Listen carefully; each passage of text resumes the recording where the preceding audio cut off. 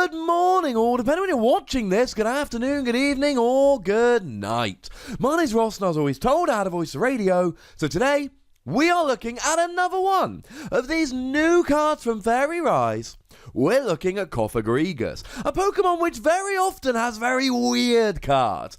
Cards which work in mysterious ways, and are a little bit strange, and a little bit odd, but could actually be really good. Personally, my favourite Cofagrigus was the one from Plasma Freeze with a 6 feet under ability, whereby you could knock it out and put free damage counters on your opponent's Pokemon, while also putting your Pokemon Cofagrigus into the discard pile, and then your Flareon would do extra damage with vengeance. And you could even take advantage of Life Dew here to make sure you weren't giving up a prize. But ladies and gentlemen, this video is not about that Cofagrigus. This video is about the new Cofagrigus, and it's a Psychic Pokemon. And Psychic type is very nice because you're hitting weakness against very relevant Pokemon, like Buzzwole and Necrozma. Now, you do have a weakness to Darkness here, being a ghost Pokemon in the video game. And, I mean, honestly, the most relevant Pokemon you'd be weak to is Zoroark, but you've only got 120 HP, which also means stuff like Golisopod will get an easy one-hit KO. There's a big difference between 120 and 130 in the game at the moment. Having 120 kind of sucks. Boo, hiss, etc. The resistance to fighting is awesome, because like pretty much all of these ghost Pokemon, you have a resistance to Buzzwole while hitting weakness on Buzzwole, which is pretty gosh darn tasty. And then of course, the retreat cost of 3 sucks. With both Heavy Ball and Floatstone gone by the time this comes out, there's no real advantage to having a high retreat cost, it just sucks. Now, the first attack is the only attack, it's the one we're concerned with, and it's the one I like very much indeed. It does 10 base damage, which admittedly is not very much. But you can discard as many of your benched Pokemon as you like. This attack does 30 more damage for each Pokemon you discarded. Now, if we assume that you've generally got a bench of 5 Pokemon, if you discard them all, you're doing 160 damage. 160 damage is awesome, because it means that non-EXs, non-GXs, you should be getting pretty much all of them. Empoleon and Dragonite are standard Stage 2 non-GXs. You will be doing 160 and getting a one-hit KO on them. That's how much they have. Same thing with Prism Stars like Lunala Prism Star. Although do bear in mind that Solgaleo Prism Star sees a fair bit of play. Although it has 160 HP, it does have a resistance to Psychic. So you're KOing most non-GXs here if you discard your whole bench. Then you add a Choice Band on there and you're doing 190, and that's enough to KO a whole lot of Pokemon like Lapras. I mean, you're also KOing Buzzwole, but Buzzwole's weak. So if you discard 3 bench Pokemon, you're doing 200 with weakness, even without a Choice Band. That's a KO on a Buzzwole, bearing in mind you have resistance to Buzzwole. Now, one thing I do need to point out here as I'm doing these calculations, you've only got 120 HP. So it's not like you can often afford to discard your entire bench, because if you do discard your entire bench, you're then left with just 120 HP Cofagrigus in the active, and if that gets KO'd, you lose the game instantly. So I don't think you should often be doing this, but certainly as a last chance Hail Mary, oh, I like this a lot. You're in a Malamar deck, that's quite good because you can get the energy, more on that in a moment. You are faced with just a single Ultra Necrozma. You knock it out, you win the game. Just discard your whole bench while having a Choice Band on Cofagrigus, and that's it. You win the game. You do 190. Yeah, you've had to discard your whole bench to do it, but as you discarded your whole bench and then took your last 2 prizes, you won the game, and the fact that you have no bench remaining is irrelevant because your opponent doesn't have another turn to try and KO you because you've just won the game. That's pretty gosh darn sweet. Now, if you're hitting for weakness, like I said, you can really just be discarding 3 Pokemon, and then you're doing 200 damage. Something like an Espeon GX would be KO'd then nice and easily. I mean, easily might not be the best word when you're only doing the exact amount of damage, but I'm calling it, ladies and gentlemen, nice and easily. So, if you're hitting for weakness, you're fine. If you're not hitting for weakness, you're in this weird kind of situation. Because on the one hand, you can discard your whole bench, and 160 for non-GXs, 190 for GXs, they are two of the key numbers at the moment. I mean, you're not actually getting up to 210 for Zoroark, but Zoroark resists you anyway. I mean, in the same way you're hitting weakness on while having resistance to Buzzwole, Zoroark is hitting you for weakness while having resistance to you, which kind of sucks to be you. Never mind. So here you're doing a lot of damage, but only if you discard your whole bench. So let's work on the assumption that you're not discarding your whole bench here.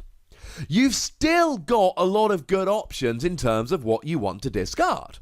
Now, obviously here, if you've got Pokemon that are about to be KO'd, you can just discard them.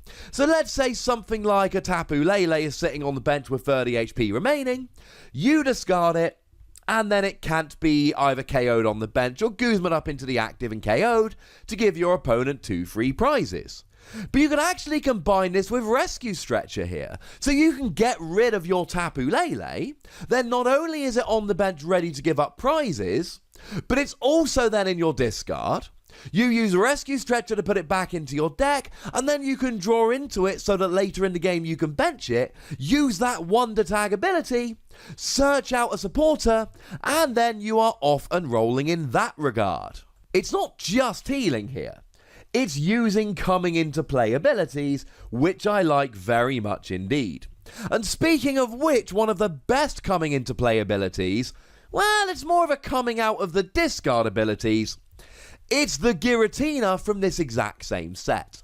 And Cofagrigus and Giratina are about to become very good friends indeed. You see, Giratina's ability says that if it's in the discard, once per turn, but every time it hits a discard, it's a new Pokemon. So if you can keep getting it in a discard, you can keep using it. But once per turn, you can get this Giratina from the discard onto your bench, and then it does 10 damage to each of 2 of your opponent's Pokemon. So you get to do 10 damage to one and 10 damage to another. And I think you probably see where I'm going here. Let's say you get all 4 Giratina on your bench, and you can then have one other Pokemon of your choosing, maybe another Cofagrigus ready to go. And what you can do here is get all 4 Giratina out, putting 80 damage on your opponent's side of the field. Then discard all 4 of these, doing 130 damage. Alright, it's not the 160 you wanted, but 130 is pretty good. And we did talk about the difference between 120 and 130. Hitting 130 is pretty nice.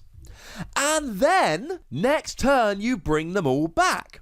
Now, I know you're only actually doing 130 here, but remember, you're doing potentially 40 damage to each of 2 of your opponent's Pokemon.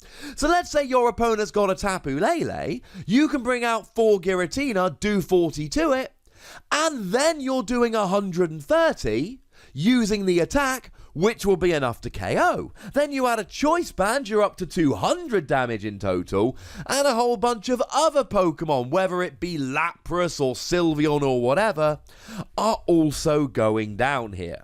I think Giratina is the natural partner for this. I'm not saying it's the only partner we've got. You can reuse Pokemon using Rescue Stretcher, etc.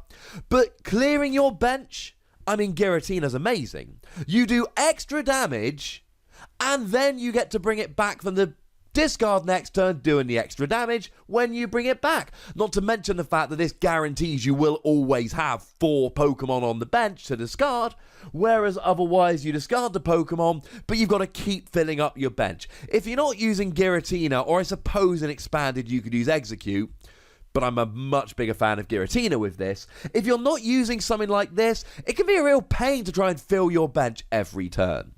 The fact of the matter is, you do a lot of damage with Cofagrigus, while being able to reuse something along the lines of Giratina, and we've got the makings of a very good deck. Now, the energy cost isn't ideal here, obviously being a Psychic Pokemon it fits into a Malamar deck, but bench space is going to be an issue here, given that you really want 4 of your 5 bench spaces per turn to be filled up with Giratina. Although do remember that Cofagrigus empties your bench, so if you've got to use stuff like Tapu Lele, it's not the end of the world, because you can clear your bench out with the first Cofagrigus attack, ready for your Giratinas for the 2nd, 3rd, 4th, 5th, etc. And sometimes it's not bad to almost KO a Pokemon, because if you can KO them using Giratina rather than Cofagrigus, then you get to take a mid-turn prize and get a card advantage out your prizes, and it really can be quite fancy. Making your opponent put something active so you can get the first hit really is kind of fun. Honestly, it's not ideal. If you're behind on prizes, Counter Gain will reduce it down to a Psychic Energy, or you can use Counter Energy to play 2 in 1, as long as you're behind on prizes. In the expanded format, you can use Dimension Valley to bring it down to just a Psychic Energy, but then again, in the expanded format, you can use Skyfield so that you can have 8 bench Pokemon, and you can use a combination of Execute and Giratina to do a huge amount of damage with this. You're basically doing 250 damage if you discard them all. And of course, with your 4 Execute, 4 Giratina, you can make sure you fill up your bench every single turn. Although you will need to have some backup attacker, so you won't be doing 250 every turn. But when are you going to need to do 250 every turn? You almost certainly won't. Honestly, I could fill another video with this in Expanded, and to be honest, in the near future I may well do. But I do think you'd be better off using Skyfield and relying on something like Max Elixir in Expanded rather than using Dimension Valley, because you've then got the lower output. Or you could even just use a mixture of the two. My point is this. You do a lot of damage, and you can abuse Giratina, and it's a single prize Pokemon. It's awesome. I love this Cofagrigus, and I'm a little bit embarrassed it took me this long to get to it, but a lot of cards got revealed at once, ladies and gentlemen. What do you want from me? I've been doing 3 or 4 videos a day. I'm catching up as fast as I can, gosh darn it. Anyway, I like this Cofagrigus. I think the energy cost in Standard is a little bit of a pain, though we do have options, and I think there'll be some games you're just behind on the energy attachments. But the fact that Giratina's so good with this makes me put Cofagrigus at a 4 WOSY card. And maybe it's not actually that good. Maybe it's not as good as I'm making it out. But I think there's a lot of potential here. I'm going to be testing it, and then Expanded, nice. But whether you think it's nice or not, I would love to hear from you guys. So let me know in the comment section. Go nuts, but remember the rule. Be nice. Make sure you like this video, subscribe to this channel, follow me on Twitter at TheWassy, and Twitch for some live action at twitch.tv/PTCGRadio. If you want to support the channel, get some bonus podcasts and all of that, then head on over to patreon.com/PTCGRadio, where you can do exactly that. But by far the most important thing, as always, is to look after yourselves. Until next time. Thank you very much for watching. My name's Ross, and you've been watching PTCG Radio.